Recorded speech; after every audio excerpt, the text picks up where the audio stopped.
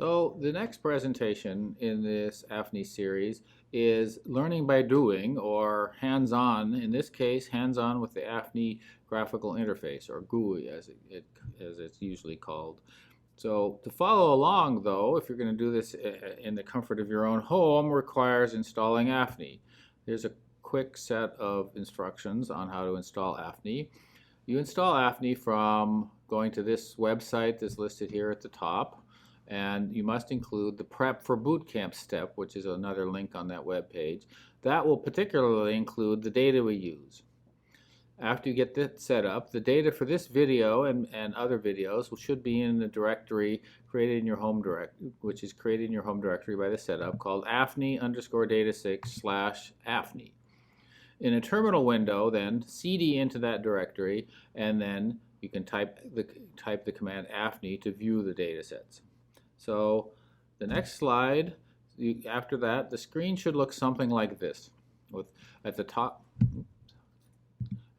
has the AFNI controller, which we'll become intimately familiar with in the next few moments. Notice in the title bar of the AFNI controller, it shows the directory and the name of the data sets that you'll be looking at any time. And below that are the three image viewers, one for the axial slice, which is on the left, one for the sagittal slice, which is in the middle, and one for the coronal slice, which is on the right. These are independent windows, and you can move them around or close them as you wish, as we'll see.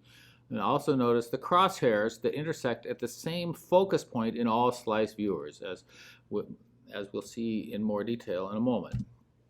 And now, we stop the presentation and we move on to an interlude with AFNI hands-on. So here's my terminal window, and I'm going to cd into AFNI data6/AFNI as I suggested that you do. Well, the first thing I do when I enter a new directory is type ls to see what's in it. This is the list of files that are in this directory.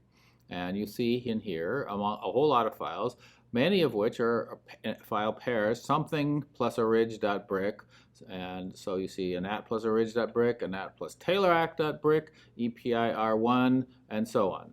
So to run AFNI, we type AFNI in this directory. AFNI, when it starts, we'll put up a little splash screen to amuse you, and then open Windows, and then we have the AFNI Graphical Interface, which I will now close the terminal window to save screen space.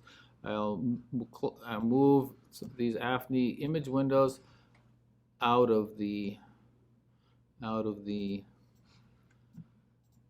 way, and so here we have the AFNI controller. Well, the AFNI controller has a lot of features, and I'm not going to do all of them right now. One thing to notice in the upper left corner is this list of coordinates. These are the XYZ coordinates in the data set of where the crosshairs intersect. So let me blow up one of these images, say the axial image. So you see the crosshairs don't actually intersect. There's a gap there. The most fundamental operation with the image window is to take the left mouse button and click somewhere. For example, here. And then all other images jump and the coordinates change. So the coordinates change, and we're at x equals 38, y is minus 13, z is minus 3, when relative to, in this case, x going from right to left, so that's the left side of the subject. This is the DICOM coordinate order. You can switch this view if you have a 3-button mouse, right-click, and there's a menu that says Set Chord Order, and we can switch it to LPI, which is here called SPM order, which is also called in the literature neurological order, and it just changes the sign of X and Y. Always has these labels here, L, A, and I, indicating this is the left side of the brain, the anterior portion of the brain, and the inferior side of the brain. Another thing that you've probably seen is going by is that as you hover the cursor over an interface element, it pops up hints, which are there to, well, give you hints. Question in the back? I'm at basically the same spot, but mine says I'm on the right side of the brain. it could be, I can't see your screen, but I would guess that you are showing the images flipped left and right. If you notice that the screen at the bottom of the image window, it says axial, and then here left equals left. That means the lowercase left is the left side of the screen, and then it says equals left is the subject's left. If I pressed the capital L key in the window, where's the lowercase l key? The lowercase l key, the image flips left and right like that. So if your image looks like that, then your coordinates will be the same, but the image is mirrored. And if your image was mirrored and then you clicked over here, you would now be on the right side of the image. Does that change the data set? That does not change the data set, because that just changed the way the images are displayed. The data set is a three-dimensional grid of numbers. However, the screen is a two-dimensional object, so we take slices out of the data set and show you two-dimensional slices. And how they're arranged on the screen is pretty much up to the software. And you control the software, so in turn it's up to you. This is a great audience, I have to say. So another interface help element besides the hints is this button down here called B help, which means button help. The hint for it says gets more help for a button. If I click on that, the cursor changes to this hand shape, and then if I click on some element in the interface, for example, the crosshair coordinates, which you just talked about, it pops up a longer list of help. Now, how do I get rid of this help? Well, one way is to click whatever interface control comes with the windowing system you use and get rid of it. Another way is just click in this. This is a giant button that when you click in it goes away. So this is another way to feel your way through the graphical interface. So down at the bottom we see here AFNI tips. This is another button which is to help another form of help that's in here, and this is basically an interactive thing, or rather a text window that shows you various help features, many of which are not described clearly in other places. So read that at your leisure. There's a button here for AFNI News, which will pop up various news. This will open a web browser to take you to our message board, and this will open a web browser to take you to our the helps for the individual AFNI programs. But let's move on and take a look at the images. To save screen space, I'm going to close this coronal image. That can be done with the window control here. They'll act because I'm using a Macintosh here. It can also be done with a control in the window, which here in this sagittal window, this button here that says done at the bottom, which is in red. And just click on that, and then it also closes that window. Notice that over here in the main AFNI controller, that the buttons for sagittal and coronal, which were in inverted color, are no longer in inverted color, because that indicates that it's closed. If I wanted to open them again, then they would open the image window and it would invert the color again. So now I can make this one somewhat bigger. Yes, I have a question. Yes, my brain looks stretched out in a weird way. Yes, that's probably because, well, I won't make any personal remarks about your own brain, of course, but that's probably because you dragged the image like this, for example, or you could have dragged it to look like that. This is called the aspect ratio. The ratio between the left and right is not maintained. So to correct that, there's a bunch of quick ways to do it. The simplest way is to left click the mouse cursor when the cursor is over this vertical grayscale bar next to the image, and that brings it back to the aspect ratio of the image as it's stored on disk with the right. There are other ways to do it, but that's by far the simplest technique. Now, so let me close this window for a second and then open it again because I had a problem with it. So now we do this, we make this the right aspect ratio. So now I do some tasks. To do that, I need to get the presentation back, which can only be done by doing this.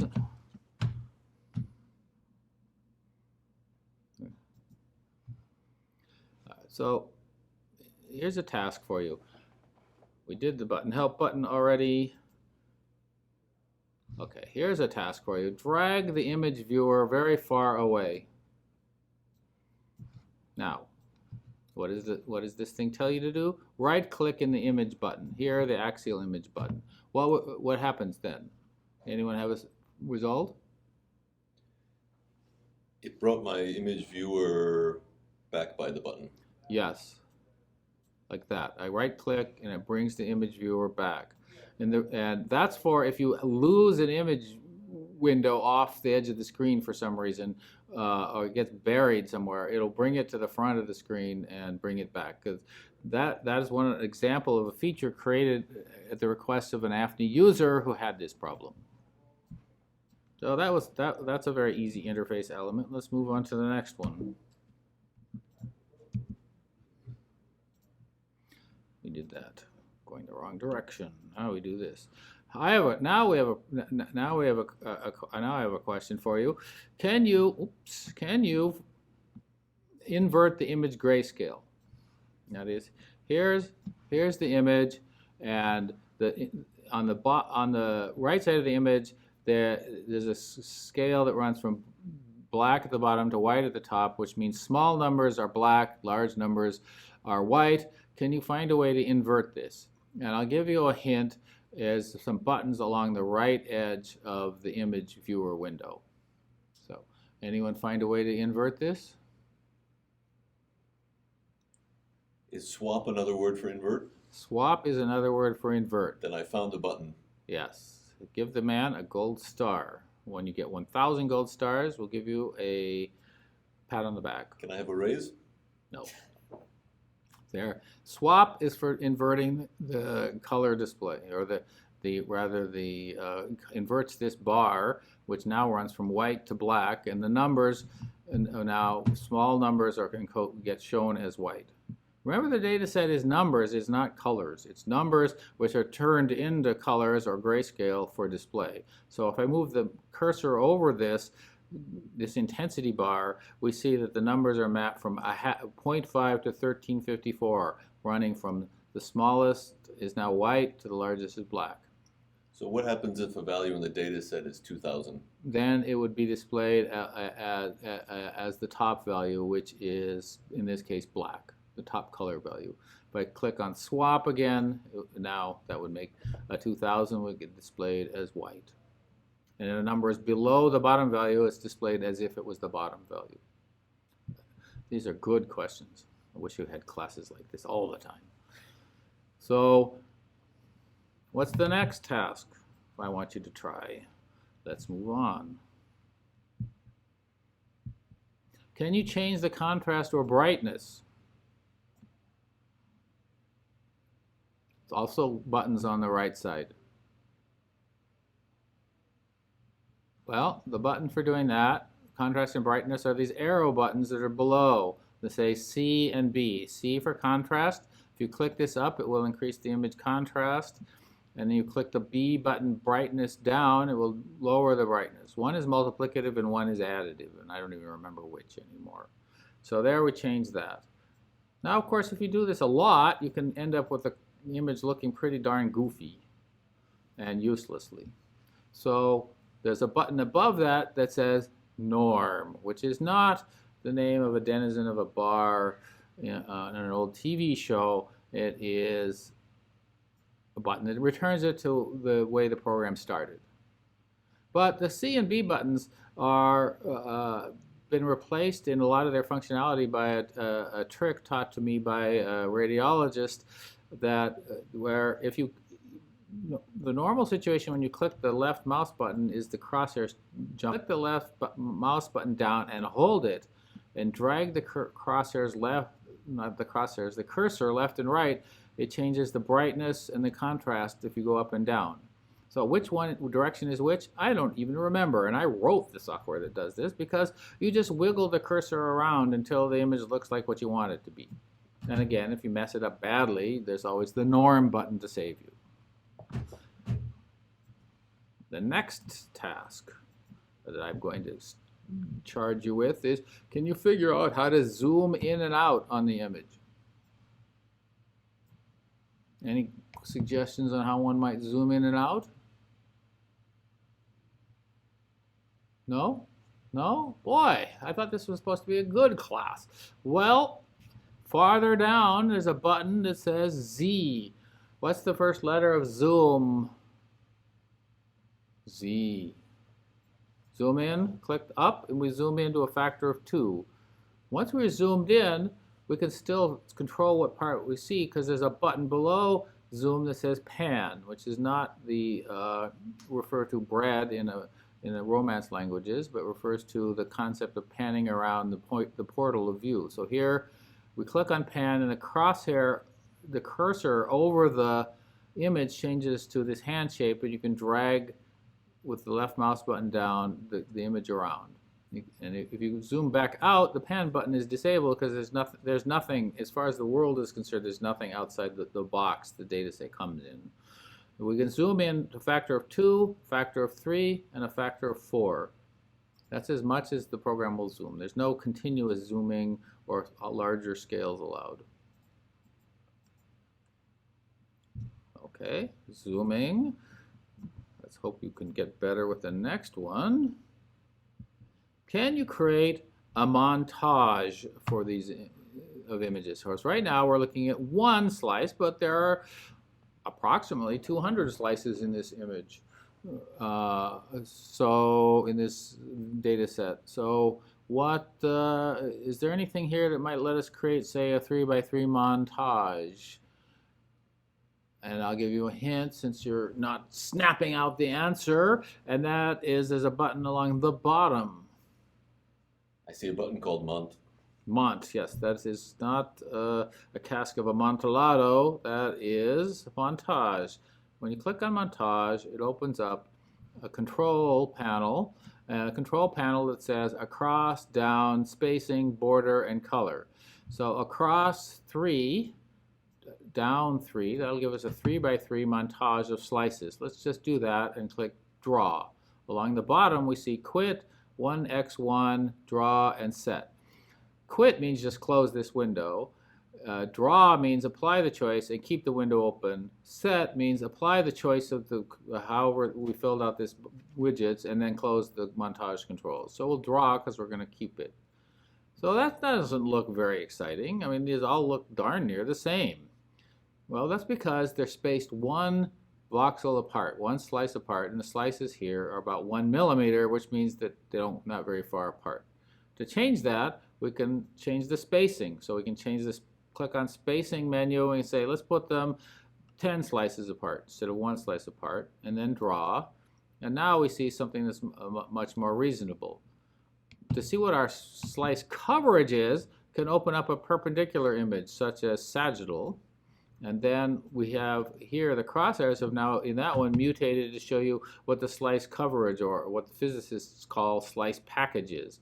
And you can still click the cursor around. So I can click here to move the slice package up, for example. And with that, you can then choose to set up the montage as you wish. When you want to go back to a 1x1 montage, the default image viewer, you just click on 1x1. That just sets the controls across and down to 1, and click set, and we're back to 1x1. So someone at least was paying attention to the interface when they found the Mont button. So that's done here. So there are a lot of 1x1. There are a lot of pop-up menus in AFNI, hidden pop-up menus with where the cursor, for example, I showed you one at the beginning. There was one here underneath or attached to the coordinate display where you right-click and it pops up a menu that lets you change the way the coordinates are displayed and lets you, there's things that will give you more action like jump to a particular coordinate location. So if you want to see where 0, 0, 0 is, for example, the origin of coordinates is there. This is original data set. That means this is the scanner coordinates. 0, 0, 0 in an MRI machine is the center, what's called the isocenter of the magnetic field gradient system. So that just means that typically you put try to get the person's center of their brain in at that location, because that's the location of maximum imaging fidelity. Yes. I have two questions, both related to crosshairs. One, I noticed there's a gap where the crosshairs would intersect. Is there an easy way that I can close that so that they would intersect? And then once I've done that, what if I don't want to see the crosshairs? Is a way I can turn them off? Yes, those are both good questions. The reason the crosshairs don't intersect by default is that the crosshair location is often the place you want to look at most closely, and so having it covered by intersecting crosshairs seems useful for the purpose of inspecting that location. But if you want to produce an image that looks nice with closed crosshairs, there's a button here in the lower right of the image viewer window that says A. That's A for axial. And if I click here, it says, or just hover the cursor over this, it says close open crosshairs gap. That looks nice. The arrows next to it let you move one voxel at a time, which is convenient for some purposes if you want to know exactly what you're doing. Then I opened it again, but if you don't like the crosshairs on at all, over here there's a button, a menu button below the coordinates that says X hairs, and we click on this and there's a whole bunch of styles, and we can just turn them off entirely. Or you can turn them on to show only, say, only the left or right crosshair, which is not something that people do very often, but occasionally has uses. This X plus button needs to be explained if we do the montage. Go back to montage for a moment. Draw. We don't have any crosshairs now, right? Now I change back to the normal. We have crosshairs only in the central image. This is the focus image. Okay, and the crosshairs are the focus point. But if I click on X plus, I get crosshairs in all images. This was added at the request of a user who liked this view for when he wanted to print images in journals, because it was very clear then what was lined up with what. I usually don't use it myself, but it was easy to put in. It's a little cryptic, X plus, that's why I explain it here. All right. What was the other question? Those were both my questions. Oh, I Thank answered you. both your questions, so I should get paid answers. twice as much for this presentation. Okay, so there are many other pop-up menus. Well, the way to see where a pop-up menu is in AFNI is if the cursor is here. The cursor is here in this upper corner, and it's a yellow color with a blue outline that points, roughly speaking, to 11 o'clock. If I move it over some other spot in the interface, you see it's now orange color, slightly different color, which is pointed out more or less over at 10 o'clock. And so when it's in the yellow upper 11 o'clock phase, that means there's a pop-up window there. So here there's no pop-up window on this etc. button, but there's a pop-up window on this AFNI geometrical logo here. And so there's a menu there. Right-click and we tells me that AFNI was built. This was an AFNI build of March 14th, which is just 2 days ago. And then most of this stuff here on this menu is actually just for fun. But there's a list of AFNI papers, which of course you'll want to start citing like yesterday and stuff like that. So get rid of that menu. Yes? I have a question. When I right-click on my GUI and I jump to location XYZ 000, I notice that I'm not exactly at 000. That's true. And the reason for the not, and let me do that to make sure that I'm following along with you. Yes. So here, the coordinates I actually get are 0, 0.163, and minus 0.382. And the reason for that is the program can only jump to a voxel. And in AFNI, and in the Nifty standard, the coordinates of a voxel refer to the center location of the little cube that makes up a voxel.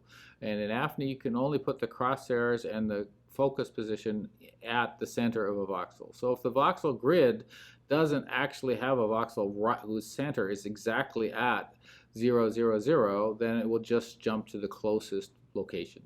And that's true for any location. If I type in jump to XYZ and I type in, I click clear, I type in 10, 10, 10, 10, upset, it's not exactly 10, 10, 10.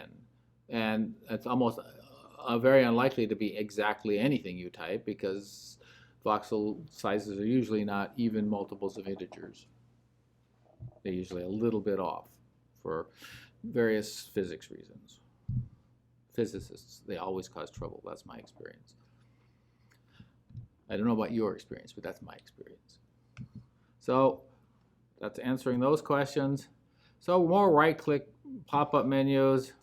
There's one there for fun, we already mentioned. There's one here for image functions. The image window itself has a pop-up menu. See, the cursor is yellow, 11 o'clock. If I right-click on that, I get a whole bunch, and I'm holding the mouse button down now to keep the menu up. We get a whole bunch of things, which include jump back and various other things. If I suppose I click there, and then I said, oh, that was a mistake, I can go back to where I was by jump back, and so on. I'm not going to explain every element in the interface, there's just not enough time. But this is what graphical interfaces are good at. You can feel your way through these. And there's a right-click menu on the intensity bar too, which is used for controls that are not often used but are occasionally useful. So you can choose the color of a voxel whose value is exactly 0. You can choose that to be anything you want. Normally it just would be the value at the bottom of the image, but I could choose it, for example, to be, what's a good color? Ooh, lime green. Doesn't everyone love lime green? So those are the voxels that are exactly 0 in the image. This is almost completely useless except for occasional production, image production things. So I'll just do that and set back to no color, which means it will be controlled instead by the intensity bar on the right. A question. Yes. I don't seem to be able to right-click on my Mac. On the Mac, to right-click, if you don't have a mouse, which I am using a 3-button mouse, then what you have to do, you have to go in Xquartz, you have to open Xquartz Preferences, like I'm doing right this minute, Xquartz Preferences, and then it says here Input, and then you must click this on here, which is not on by the way it's set up from the company that makes, or the people that make this. Click on Emulate 3-button mouse, and then once that's set, as it is for me, then I can use the trackpad, hold down the Command button, the Apple button, and then click on the trackpad, and that's like right-click. And for the rare cases where you need the central click, that's the Option button. But that doesn't come up very much in AFNI. In only a couple of places is it ever used. But with an actual mouse, then you can also use the scroll wheel. Right now I'm using the scroll wheel on my actual mouse to scroll through the slices, which is something that is not only useful but is incredibly fun, at least for me. And I've been using AFNI for more than 25 years, and I still have fun doing this. All right, I think that this is a point where we'll stop, and I'll start another presentation to go through the rest of this interface stuff.